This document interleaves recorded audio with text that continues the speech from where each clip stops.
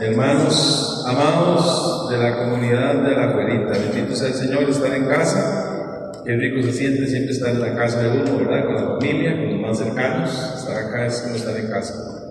Y más en este santuario tan bello, y acá es más bonito todavía, con esta reparación Santo Cristo Esquipulas.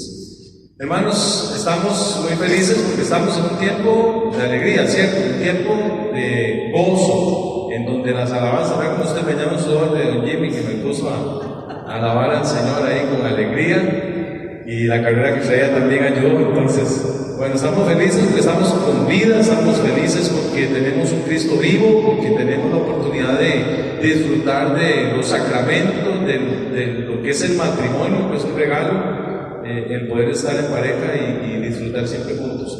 Este mensaje que hoy vamos a tener es igual, seguimos en la misma línea de lo de que es la teología del cuerpo, de San Juan Pablo II. Y ustedes hacen memoria un poco, los que han estado, ¿quiénes están aquí? Vamos a hacer examen. ¿Quiénes están aquí desde que inició el año, por lo menos? Que levanten la mano. Todos, casi la mayoría. Bueno, una vez al mes recibimos un tema que es para matrimonios específicos. Y nos han estado hablando, les recuerdo, el primero en enero se llamaba En el principio. Recuérdame ese, en el principio. En el principio. Después hubo uno que se llamaba el amor esponsal y nos recordaba lo que era la unión entre esposo y esposa y lo que esto significaba y lo que esto traía también como consecuencia y como deberes y también regalos que vienen con este sacramento. Y después recibimos otro que se llamaba San José Maestro. San José Maestro de la paternidad, la había puesto yo porque también nos enseñaba mucho sobre lo que era ser padres, lo que era la paternidad. Hoy vamos a tener uno más, aunando esta lista. Eso se lo digo para que usted vaya haciendo un recuento, porque al fin y al cabo, al final de año ya vamos a tener todo el documento de la teología del cuerpo ya estudiado, ya aprendido, ya profundizado, tema a tema, durante todo el año. El tema de esta noche se llama La Iglesia defiende la vida. ¿Cómo se llama? La Iglesia defiende la vida.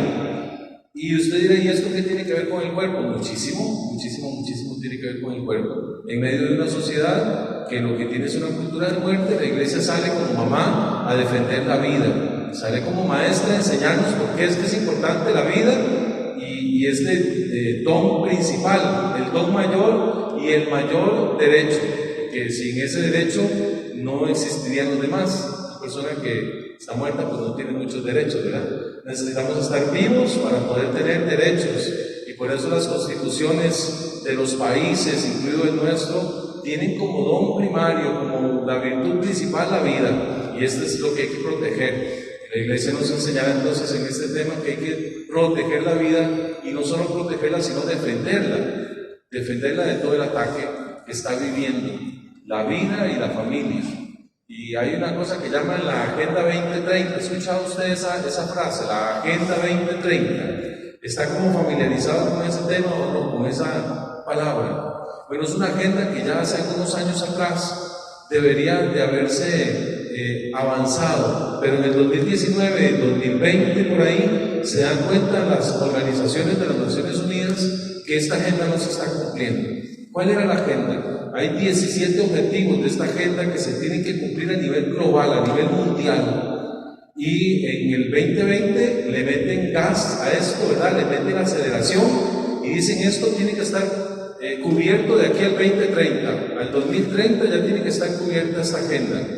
Y entre esas 17 enunciados que tienen que cumplirse a nivel global, de los 190 y no sé cuántos países que componen esta organización, están los siguientes. Uno, el aborto.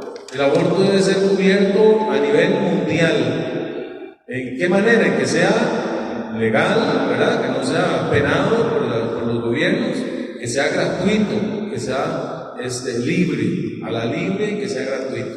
Y que tenga la menor cantidad de contraposiciones posibles, o sea, que tenga toda la libertad para ser realizado en cualquier país. El aborto. Esta Agenda 2030 también pretende controlar la natalidad. Dicen que somos demasiados y que consumimos mucho y que generamos mucha contaminación. Entonces usted verá que esta dialéctica progresista empieza a hablarnos de cosas aparentemente buenas, como es, por ejemplo, el control climático, como somos tantos, se está sobrecalentando el planeta. Entonces la manera de que esto no ocurra es disminuyendo a los seres humanos, disminuyendo a los humanos, y por supuesto pues el aborto es parte de eso, disminuir la pobreza, entre otro montón de factores. La ciudadanía mundial, por ejemplo, se habla de que exista una educación en las escuelas de dos países orientados a una ciudadanía mundial, y pues se vislumbra futuro, sin afán de ser conspiranoico ni mucho menos, un gobierno mundial donde exista un solo poder para todos los países. Entonces, ante esta cultura de muerte que quiere meter ideología de género, educación mal llamada educación sexual en las escuelas y un montón de otras cosas que nosotros somos conscientes porque lo estamos viviendo en nuestro país, es que la Iglesia, el Papa Juan Pablo II, San Juan Pablo II, saca en su momento este documento ya vislumbrando esto, cómo se venía disminuyendo la dignidad de la persona, cómo se estaba materializando al ser humano, cosificando al Hijo de Dios, a la persona humana, su dignidad. Entonces, la teología del cuerpo habla en esta sección de que la Iglesia va a defender siempre la vida, que pues es la encargada de defenderla en la tierra. Hoy nosotros vamos a avanzar en esto, ayudados de este otro documento que para nosotros debe ser también como andar la Biblia. Si el catecismo es como andar la palabra de Dios también, porque él nos refiere a la Biblia. Es el magisterio, es lo que piensa nuestra Santa Madre Iglesia de todos estos temas. Si usted quiere saber qué piensa la Iglesia sobre estos temas que vamos a hablar, pues esta es la mejor referencia.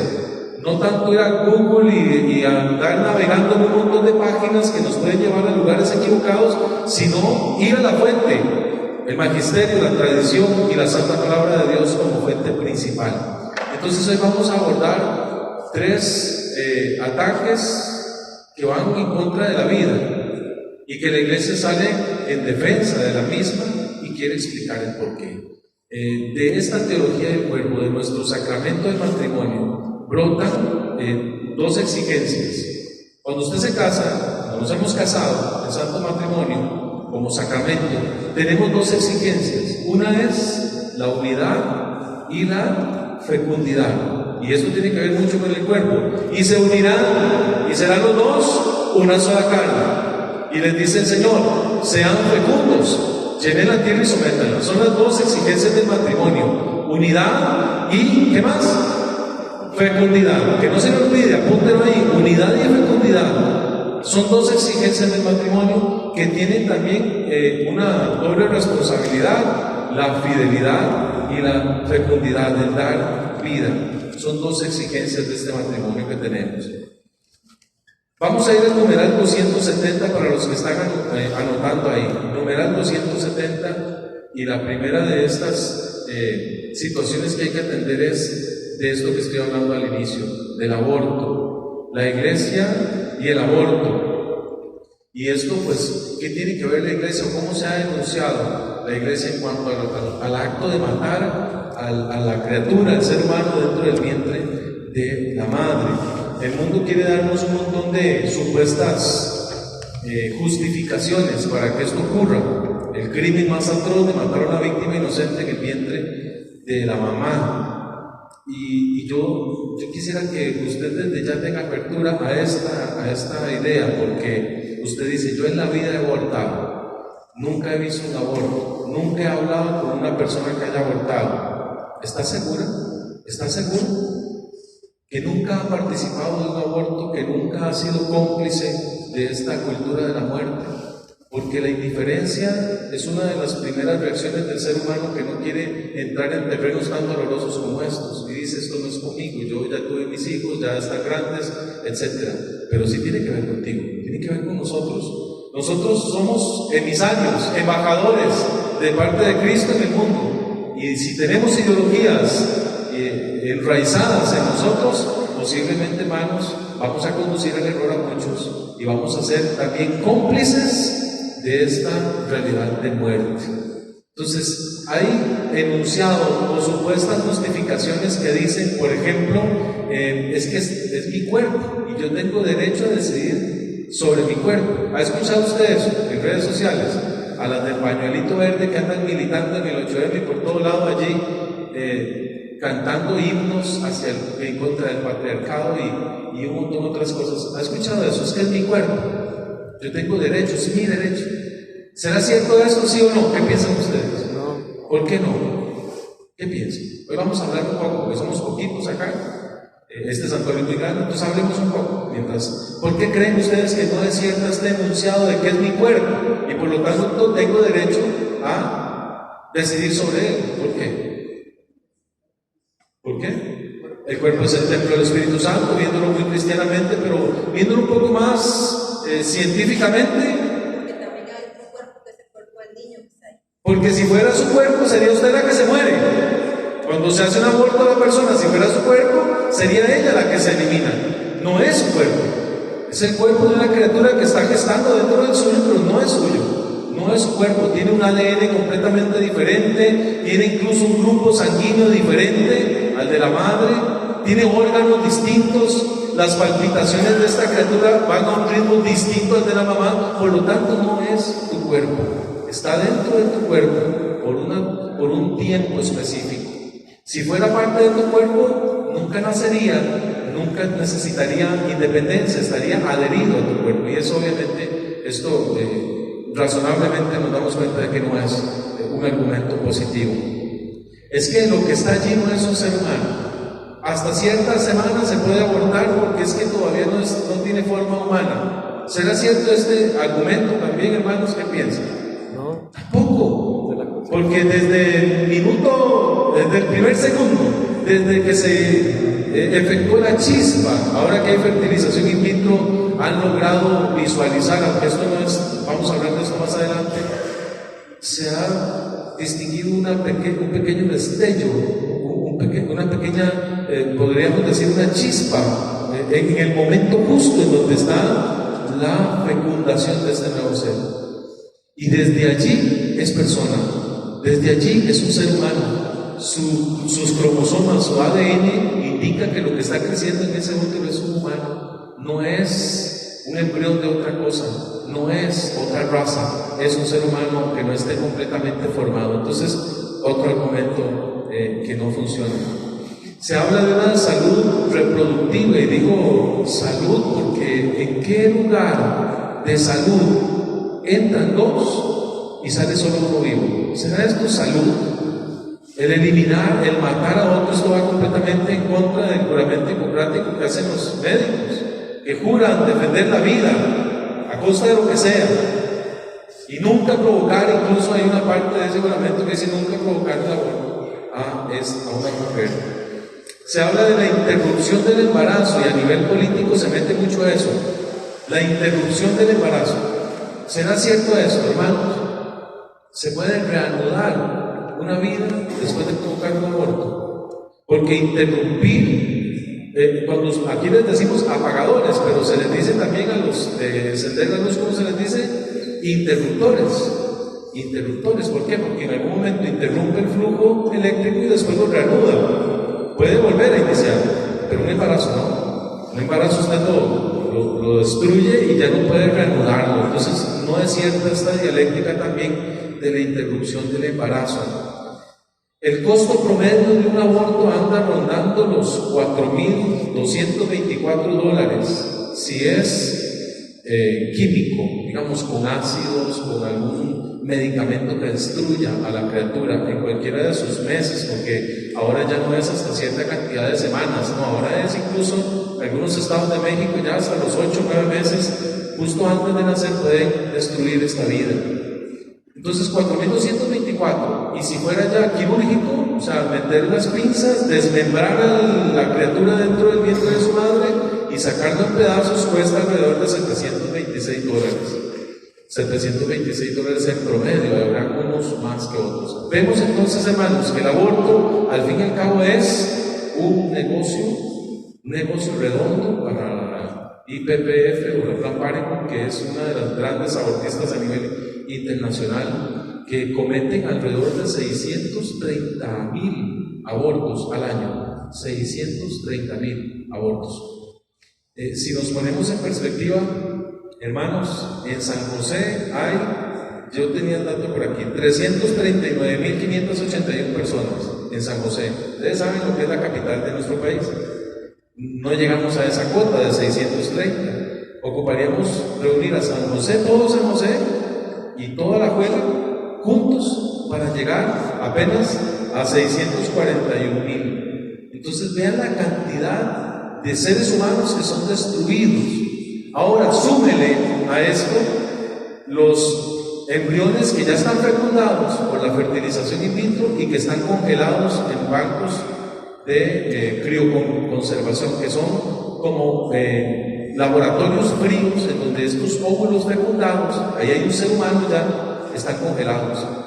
¿A qué? A la espera de que alguien los adopte, de que puedan experimentar con ellos para la ciencia, producir órganos, producir piel para injertos, etcétera, vender células madre, y nosotros, indiferentes. La iglesia sale a darle voz a estos que no tienen voz. Y nosotros hoy la intención es que reflexionemos esta noche en qué manera nosotros estamos contribuyendo a que esto disminuya o aumente. Porque somos del pensamiento laxo y mediocre muchas veces de decirle a nuestros familiares, no, es que si fue violada, pues es menos persona el que está allí por haber sido producto de una violación. Entonces, tenemos que tener las bases firmes. ¿Qué nos dice la iglesia sobre esto? Voy a ir rápidamente ahí para aprovechar el tiempo lo más posible. En el numeral que les decía ahora anteriormente, el numeral 2270 o 2270, habla lo siguiente. La vida humana debe ser respetada y protegida de manera absoluta desde el momento de la concepción. El ser humano debe ver reconocidos sus derechos de persona, entre los cuales está el derecho inviolable de todo ser humano a la vida. Eso como derecho primario, derecho a la vida. Es inmoral producir embriones humanos destinados a ser explotados como material biológico disponible. Algunos intentos de intervenir en el patrimonio cromosómico y genético no son terapéuticos, sino que minan la producción de seres humanos relacionados tanto al sexo, cualidades prefijadas, etc. ¿Qué quiere decir esto? Que hoy se están produciendo niños a la carta o niños como en el menú usted escoge a nivel de laboratorio, si quiere que sea hombre, que sea mujer, que tenga los ojos claros, oscuros, el pelo lacio, de colochos. Ustedes podrían jugar, entre comillas, a ser Dios, y estamos manipulando las vidas. Entonces, cuidado con esta primera idea, hermanos, de lo que es el aborto y la iglesia. Hay una cita bíblica que es hermosísima está en Jeremías 1:5, que es como el llamado que hace Dios al profeta Jeremías en su momento y le revela el plan maravilloso que ha tenido para él desde siempre, dando a esto realce lo que significa para Dios un ser humano. Y esto mismo que dice Jeremías nos dice hoy a nosotros, hermanos. Jeremías capítulo 1, versículos del 5 en adelante. ¿Ya llegó ahí? Dice la palabra de Dios: antes de haberte formado yo en el vientre te conocía, y antes que nacieras te tenía consagrado, yo profeta de las naciones te constituí. Palabra de Dios, te alabamos. Hay dos momentos ahí. Antes de ¿qué? De haberte formado. Había forma humana, ya tenía sus piecitos, sus manitas, no. Antes de haberte formado y antes de que nacieras, te escogí, estando en el vientre. Hay otra referencia a esto que habla en Salmo 139 y dice que ahí, mientras se iban formando todos nuestros huesos, Él nos veía. Cuando se iban formando nuestros riñones, Él ya nos amaba, ahí en el seno de nuestra madre. ¿Qué tiene que ver el aborto contigo y conmigo hoy? ¿De qué manera estás planificando matrimonio en victoria? ¿Cuál es el método anticonceptivo o de espaciamiento de los nacimientos de tus hijos que están utilizando? Porque hay muchísimos métodos anticonceptivos artificiales, si no todos, que son abortivos. Hay muchísimos medios que son abortivos. No solamente el dispositivo intrauterino, el NIU y la TECOV y todos estos que evidentemente es un artefacto metido allí que está para interferir no solo que el espermatozoide llegue al punto de contacto con el óvulo, sino que cuando este óvulo esté fecundado, que muera en el proceso de implantación. Nosotros los varones somos muy tranquilos en eso, hermanos, como muy relajados, y no pensamos en eso. Y casi que nuestras esposas cargan con la gran responsabilidad de ingerir constantemente medicamentos que su cuerpo no necesita durante todo el mes para solamente un día de ovulación. ¿Sabías que tomas 20 y tantas pastillas solo para un día? Solo es el día cúspide donde puede ser fecundado, solo un momento específico.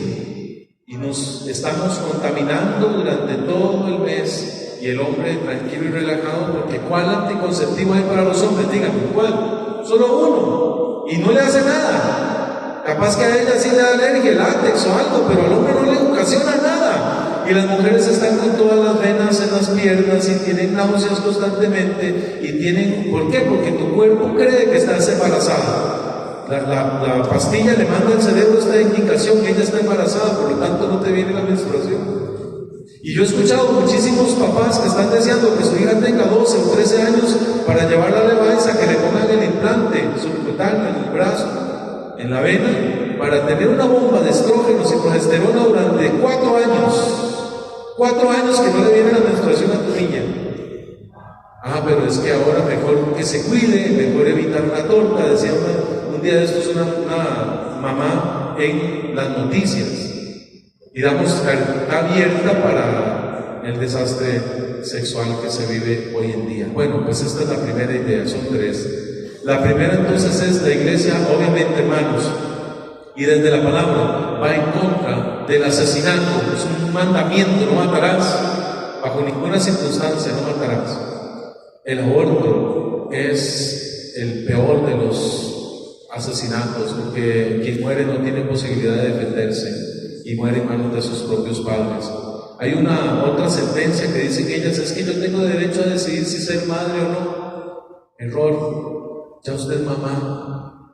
Lo que tiene que decidir es si es mamá de un hijo vivo o un hijo muerto. Pues ya usted es mamá. Ya esa persona es mamá. En el solo momento de que esa prueba dio positivo, ya eres mamá. Y de ahí en adelante, el trauma posaborto que se genera. Bueno, quisiera seguir profundizando aquí, pero se nos va el tiempo. Entonces, vayan a ver en Francia, por ejemplo, la cantidad de traumas. El 83% de las personas que abortan tienen un trauma posaborto que les persigue por toda su vida. Y espiritualmente, ni qué se diga, esto es un culto grandísimo a Satanás. Estos abortos, estas almas son ofrecidas a la bestia, que Dios reprenda. Me quedo ahí con esa primera idea. La segunda es la eutanasia. La iglesia y la eutanasia.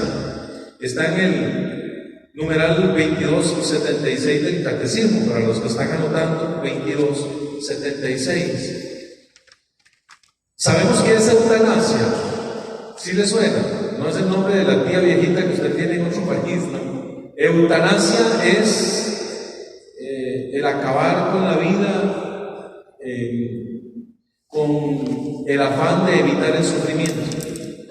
Una supuesta misericordia y compasión al que sufre. Es lo que llaman cuando vamos a un veterinario y que nuestro perrito está muy mal y dicen, vamos mejor ¿a qué? A dormirlo, ¿verdad? Pobrecito, para que no sufra. Lo vamos a dormir. Lo vamos a matar. No se va a dormir, porque si se fuera a dormir se despierta después. No se va a dormir, lo vamos a matar. Y entonces resulta que el ser humano, muy inteligentemente, entre comillas, quiere aplicar esta iniciativa a sus parientes o a sí mismo.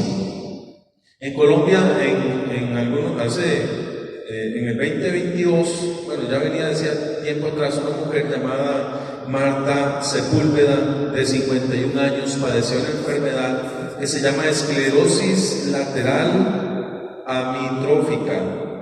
Esta no es una enfermedad terminal, genera mucho dolor muscular y los músculos van perdiendo su capacidad y puede ir perdiendo capacidades, y sabemos que todo nuestro cuerpo está compuesto por músculos. Para sonreír, para hablar, para mover una mano, para poder caminar necesitamos el ejercicio de los músculos, y esta enfermedad va disminuyendo las capacidades. Entonces ella luchó para que se aplicara la eutanasia en ella. La rechazó el gobierno, el Estado dijo: no encontramos un motivo real y sustancioso para poder aplicarte la eutanasia. Tu enfermedad no es terminal, hay medicamentos que te pueden ayudar, etc. Pero ella insistió, peleó. Después de que se la rechazaron en el 2019, siguió luchando, y en el 2022, el 8 de enero, ella recibió la eutanasia a sus 51 años. Por capricho personal prácticamente. No es que yo no quiero verme atrofiado, es que yo no quiero sufrir, es que yo no quiero que mis hijos me tengan que limpiar, no quiero que me tengan que bañar. No, yo les quiero librar todo ese sufrimiento. Ven que de alguna manera esta maldita ideología de muerte se mezcla con cosas que parecen ser buenas. Ay, sí, tiene razón, ¿cómo va a sufrir? Pobrecito, mejor que no sufra. Y se le presenta la muerte, y al fin y al cabo eso es un suicidio asistido, o una muerte asistida. Le ponen también muerte asistida, no, suicidio asistido. Eso es que yo en confianza le digo al doctor: la verdad es que yo no quiero sufrir, ayúdeme, ya una persona adulta mayor, etcétera. Entonces el médico le otorga una vía menos dolorosa para que la persona se suicide a sí mismo. Entonces, dos cosas que quisiera decir en cuanto a lo que es la eutanasia. Y vean que esta agenda empieza así: matrimonio homosexual, aborto, eutanasia, educación en los colegios. Hoy en la Argentina hay kinder en donde los chiquitos reciben una clase de exploración de género. Entonces los niños se tienen que vestir de niñas por 30, 40 minutos y hacer cosas de mujeres, y las mujeres vestirse de hombres y hacer jugar y elaborar cosas de hombres, para que vayan descubriendo su género, para que vayan descubriendo quiénes son, para que se vayan deconstruyendo. Entonces, esto es muy peligroso, y la eutanasia se filtra. En nuestro país está entrando con fuerza esto. Investiguemos un poco a nivel de país cómo está esto de la eutanasia. Dos cosas en cuanto a eso. ¿Por qué se da la eutanasia? Porque no queremos el sufrimiento en nuestra vida. Se nos olvidó, aquí que estamos en el santuario del Santo Cristo de Esquipulas, se nos olvidó que el sufrimiento engrandece el espíritu, que el sufrimiento ofrecido por amor, entregado con aceptación, con humildad, con obediencia, con sencillez, eso enaltece el espíritu, purifica el alma, engrandece a la persona. Pero hoy no se quiere sufrir, entonces, quedé embarazada, aborto para no tener que trabajar, dejar el colegio, la píldora del día después. Entonces, es que el viejito ya está chochando, papá, es que como jode y habla lo mismo una y otra vez, y ya se quita el pañal y hay que estar limpiando, y ¿quién lo cuida? Y anda el viejito de casa en casa entre los hijos de él, un día aquí, otro día allá, y no, mejor lo internamos, o vemos como en el Blanco Cervantes los días de vacaciones los llevan y los dejan allí, y después nos regresan por ellos. Estorban, ya los viejitos estorban. Entonces, ¿qué hacemos? Mejor que duerma, papá, para que... Papá, ¿a usted no le gustaría dormirse así entre nosotros, aquí rodeado de los hijos? Viene una enfermera y lo inyecta, y usted... Y claro, aquel viejito que está sufriendo, que tiene padecimientos, que dice: claro, yo quiero descansar así. La eutanasia es esto, y la iglesia va en contra de esto. ¿Qué ofrece la iglesia o qué propone? Un acompañamiento en el dolor, en el sufrimiento, que se brinden todos los recursos necesarios. Los provida, no vamos en favor de que esa persona sufra todo lo que tenga que sufrir y que pase una vida en los últimos momentos desastrosamente dolorosa. No, hay clínica del dolor, la conocemos aquí, ¿verdad? Hay cuidados paliativos, hay medicamentos, sedación, para que la persona no perciba este dolor, pero no se provoca la muerte, no se busca la muerte, ni se evade tampoco, Porque hay otro extremo que es el encarnizamiento terapéutico. Oiga esa frase, encarnizamiento terapéutico. ¿Qué es eso? Cuando los familiares dicen, no, hágale otra prueba, vamos a ver cómo salvamos a mamá, con la intención también de evadir la muerte. No, llevémosla a un médico de Estados Unidos. Ahí no, bueno, en Brasil me dijeron que yo voy para Brasil y la traigo para acá y la traigo a nuestra casa y aquí traigo. Entonces, un examen tras otro cuando ya el diagnóstico es una muerte inminente. Entonces vean que se busca por los dos extremos evadir el dolor, evadir el sufrimiento.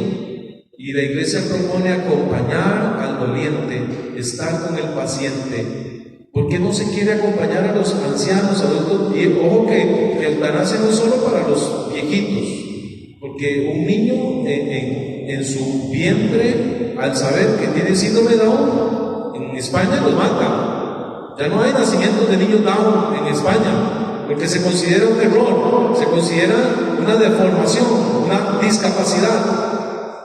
Entonces, los matan.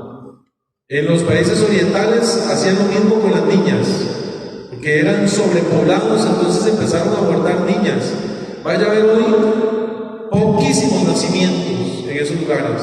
En Canadá ustedes podrán ver cómo hay ofertas para que emigren los latinos hacia Canadá, porque ya no hay mano de obra, ya no hay población, ya no hay nacimientos, han declinado los nacimientos porque los abortos han aumentado. Entonces vean qué peligroso es esto.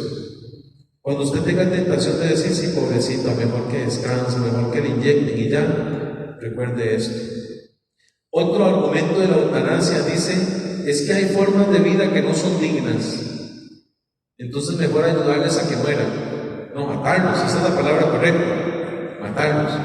Mejor matarlos para que no sufran. Una persona que tiene, por ejemplo, un derrame cerebral, una persona que está discapacitada en su parte cognitiva, que no razona, que tiene una discapacidad muy profunda, se entiende para estos pro eutanasia que son menos personas, que su dignidad está discapacitada, y no.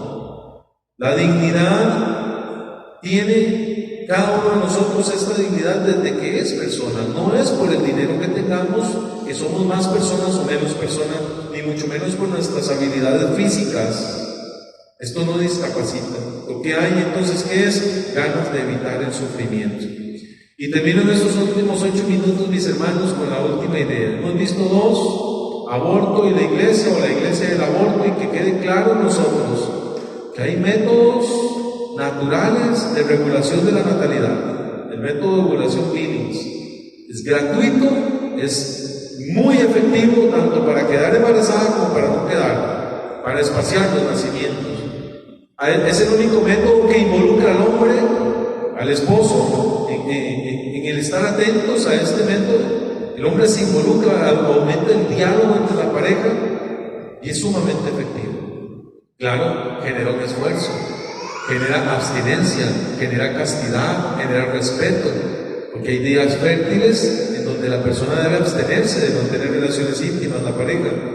Entonces esto no le gusta a la sociedad quiere un parque de diversiones abierto a toda hora, ¿cierto? Eso es lo que quiere la sociedad actual, una inyección de 3 meses, mesijina o no sé cuál otra ahí, y que usted tenga 3 meses la carta abierta. Entonces, ojo con eso. Y la eutanasia, que se está metiendo mucho, y ya no es solo en adultos mayores, sino también en gente joven. La última es la iglesia y el suicidio. Estas 3 realidades entonces apuntan a lo que es la vida y cómo la destruye el mundo. A través del aborto, cientos de miles de almas; a través de la eutanasia también, y el suicidio, que es una de las causas más grandes que hay de muertes, incluso en nuestro país. Y un dato curioso, para que cuiden el matrimonio, se suicidan más las personas divorciadas, ¿saben? En las estadísticas, los divorciados se suicidan más que las personas casadas. Suele llegar más lejos y a soportar las crisis más un matrimonio que una persona divorciada. En el numeral 2080 del Catecismo dice el Magisterio que cada uno es responsable de su vida como un don, como un regalo. Cada uno de nosotros es responsable de nuestra vida. Debemos cuidarla, protegerla, resguardarla, vivirla, disfrutarla. No solamente sobrevivir, sino vivir y disfrutar la vida. Hay que recibirla porque es el camino para la salvación de nuestras almas. El suicidio va en contra de la inclinación natural que tiene el ser humano a vivir. Desde que nace el niño quiere respirar, grita, abre. Me viene el corazón el testimonio de un hermano del movimiento, Grady Guillén, que cuenta que su hija, ellos duraron 11 años intentando ser papás. 11 años en su matrimonio, y siguieron siendo firmes, fieles, creyeron en el Señor, se abandonaron con fe, lucharon por la vida. Dice que cuando nació su hija, María Belén venía como con los piecitos para adelante, y él decía: Señor, mira cómo viene, ¿qué es esto? Que venía con las patitas así como para adelante, como extraña, y donde salió dice que abrió las manos y las piernas. Y dice que eso fue un gesto para él como hasta profético. Ella abrazó la vida, o sea, se abrió a la vida de una manera especial. Y eso es lo que hacen los bebés, ese grito primero, ese luchar por sobrevivir, el instinto de buscar el pecho de mamá, de querer esa lucha por la vida. Esa es la ley natural. El ser humano está hecho para vivir, no para matarse. Cuesta demasiado que usted pueda ver un animal incluso matando a sus propias crías. La gran mayoría es protección, es cuidado. Nosotros somos el único que busca por ahí. Entonces, yo quisiera tocar solamente un pasaje de la Escritura que habla, hay muchos que hablan del suicidio. El rey Saúl, por ejemplo, cuando iban a matarlo los enemigos, él le dijo a su criado: mátame mejor, agarra la espada y mátame, porque no quiero que me maten los extranjeros y yo sea motivo de burla. Y el criado dijo: no, yo no voy a levantar la espada contra el rey. Entonces, ¿qué hizo? Apoyó su espada en el suelo y se dejó caer en la espada y se suicidó el rey Saúl. Judas es uno de los más grandes ejemplos de lo que es el suicidio, una desesperación total, una tristeza en el corazón de haber traicionado, una sombría depresión y angustia. Pero hay una pareja, un matrimonio, que ella sintió esa tentación de quitarse la vida. Estaba siendo acechada por un demonio que es llamado Asmodeo. Estoy hablando de Sara, la esposa de Tobías. Dice en el capítulo 3 de Tobías, versículo 10 en adelante: entonces Sara, con el alma llena de tristeza, se echó a llorar y subió al aposento de su padre con intención de ahorcarse. Pero, reflexionando, pensó: ¿acaso esto sirva para que injurien a mi padre y le digan: tenías una hija única, amada, y se ha ahorcado porque se sentía desgraciada? No puedo consentir que mi padre en su ancianidad baje con tristeza a la mansión de los muertos. Escuchen lo que hizo. Es mejor que en vez de ahorcarme, suplique al Señor que me envíe la muerte para no tener que oír injurias durante mi vida.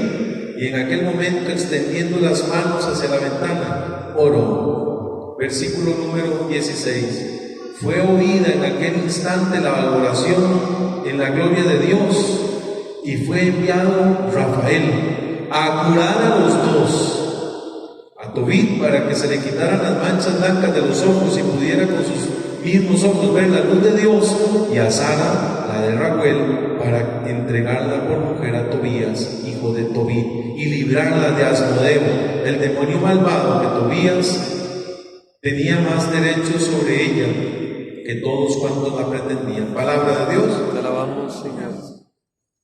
Yo no sé si usted ha estado en una depresión muy fuerte, ya es una patología, es una enfermedad, es de verdad un padecimiento doloroso.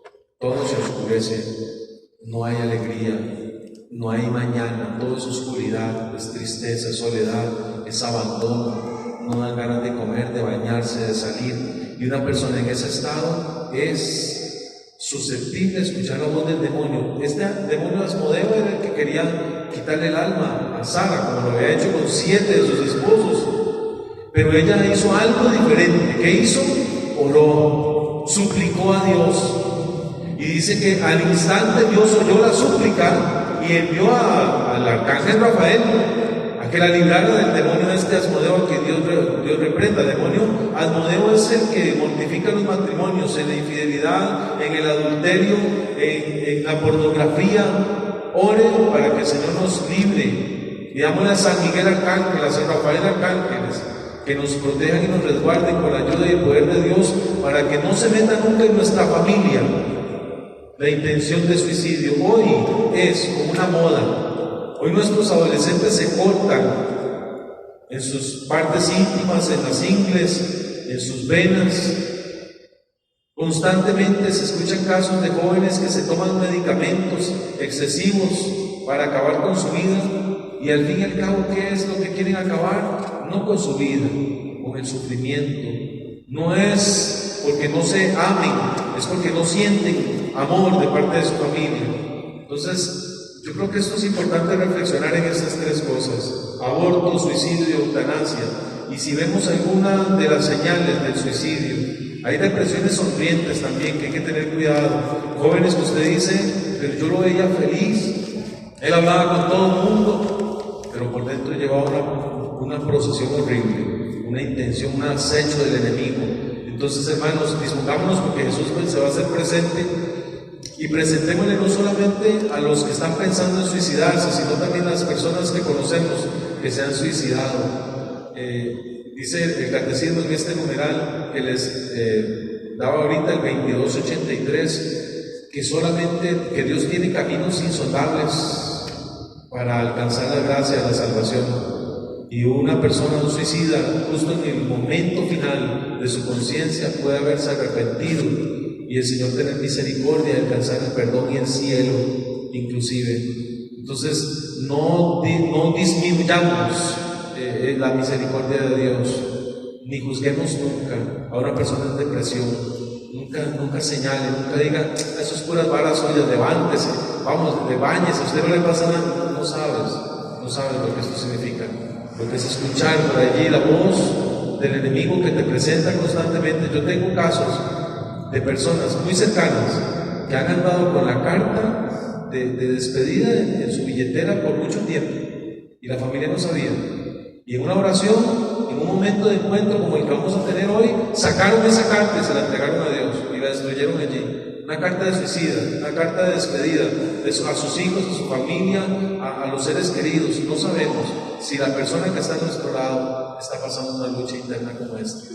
Oremos, hermanos, demos gloria al Padre, al Hijo y al Espíritu Santo. Como era un principio, ahora y siempre, por los siglos de los siglos. Amén.